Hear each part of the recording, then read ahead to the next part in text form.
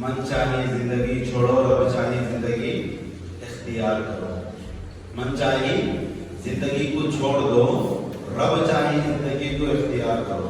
مطلب یہ ہے کہ اپنی مرضی کی، اپنے خواہشات کی پیروی مت کرو، تمہاری مرضی مت چلاؤ، اور اپنی خواہشات کو کس کے؟ اسلام کے تحت کر دو۔ اپنی خواہشات کو کس کے تحت؟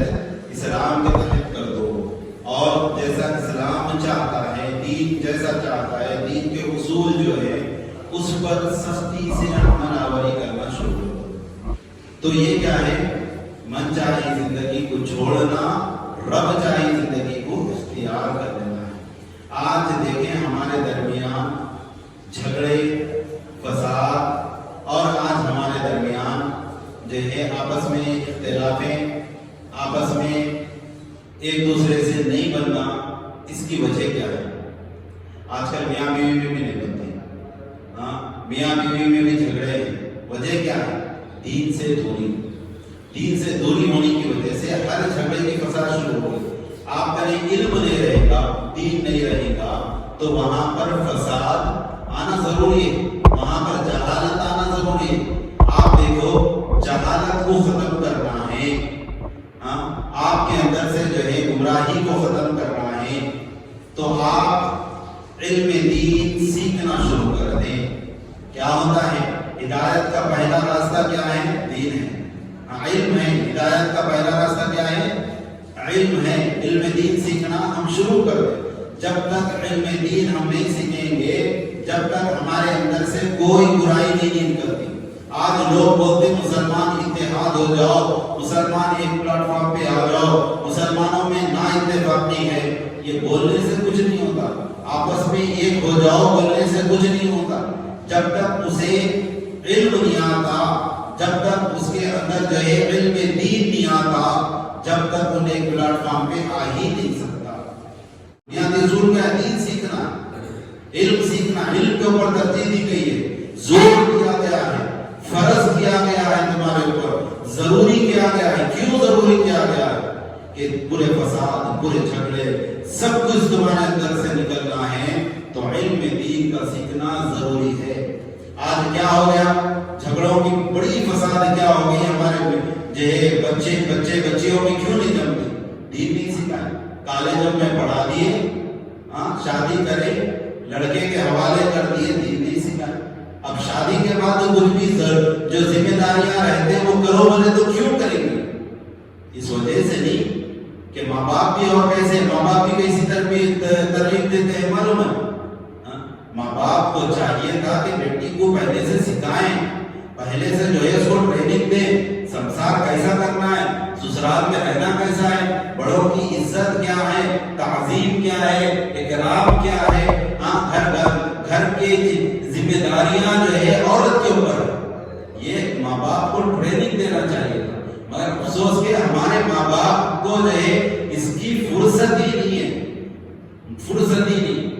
ہم ٹریننگ نہیں دیتے بچوں کو۔ اس کے بعد جب سسرال جاتی ہے بچی، جانے کے بعد ہوتا کیا؟ سب چیزیں کرنا پڑتا اسے، کرے تو جو ہے سسرال میں جو ہے نکلتی نا، جانے کے بعد وہی جو ماں باپ کا زندگی گزارتی تھی، جانے کے بعد بھی ویسی زندگی گزار تو بولے تو جھگڑے شروع ہو گئے۔ جھگڑے فسادات اگر شروع ہو گئے تو اس میں ماں باپ کیا کرتے ہیں؟ ختم کرنے کے بجائے اس کو ہوا دیتے ہیں۔ ماں باپ بھی بولتے بیٹا جو ہے تو کہیں کو صحیح، تو فنانی کیوں کر رہی، تو برابر جو ہے تو سوال کو جواب دے، تو خاموش مت بیٹھو، ہم تیرے کو پڑھائے کیوں؟ اس وجہ سے ہم جو دنیا کی ڈگریاں اس وجہ سے دلائے۔ اگر تیرا شوہر اگر تجھے جو ہے تیری مرضی کے مطابق اگر زندگی نہیں دے گا تو حافظوں میں، تو 10 مردوں میں، تو 100 مردوں میں جا کے تو کمانے کے قابل بن جا۔ ایک مرد کے ساتھ زندگی تو نہیں گزار سکی تو 100 مردہ تیرے پاس وہاں پر درمیان میں جا کے تو کما کے آ جا۔ ہماری تربیت ایسی ایسا آج ہو رہا ہے کیا؟ بچیاں کر رہی کیا؟ رشتے توڑا رہے، جھگڑے کر رہے، رشتے خراب کر رہے، توڑ لے کے جو ہے ماں باپ کہیں جا کے بیٹھ جا رہے، اور ماں باپ بھی کیا کر رہے؟ بچے کو گھر کو جو ہے بھجانے کے بجائے الٹا رکا رہے، تھوڑا جھگڑا ہوتے ساتھ ہی رکا لے، آ جا بیٹی تو آ جا، رکا لیتے کرتے کیا اس کے بعد